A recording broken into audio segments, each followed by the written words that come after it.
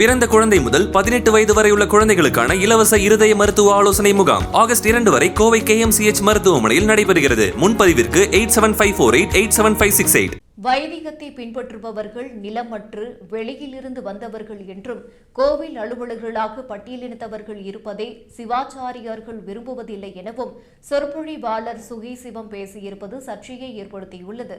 ஒரு வலைக்காட்சிக்கு சுகி சிவம் பேட்டியளித்தார். அப்போது அவர் ஆகமங்களை பின்பற்றும் சிவாச்சாரியர்களை வேதங்களை பின்பற்றும் வைதிகர்கள் மதிப்பதில்லை.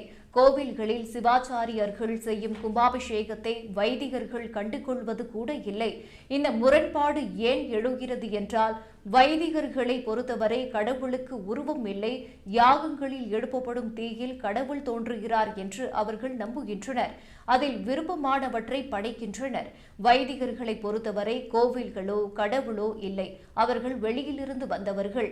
வைதிகர்களுக்கு சொந்தமாக நிலம் இல்லை, நிலமே இல்லாதவர்களுக்கு எப்படி கோவிலோ சிலையோ இருக்க முடியும் என்று சுகி சிவம் கேள்வி எழுப்பினார். மேலும் பேசிய அவர், அறநிலையத்துறை இணை ஆணையராகவோ துணை ஆணையராகவோ ஒரு பட்டியலினத்தவர் இருப்பதை சிவாச்சாரியர்கள் விரும்புவதில்லை. ஒடுக்கப்பட்ட சமூகத்திலிருந்து ஒருவர் உயர் பதவியை அடைவதையும் அவர்களிடம் கைகட்டி பதில் கூற வேண்டும் என்பதையும் சிவாச்சாரியர்கள் வெறுக்கிறார்கள்.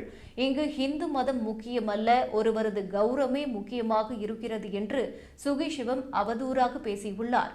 சில ஆண்டுகளுக்கு முன்னர் முருகன் வேறு சுப்பிரமணியன் வேறு என்று சுகி சிவம் பேசியது சர்ச்சையான நிலையில் அவரது இந்த பேச்சும் சர்ச்சையை கிளப்பியுள்ளது.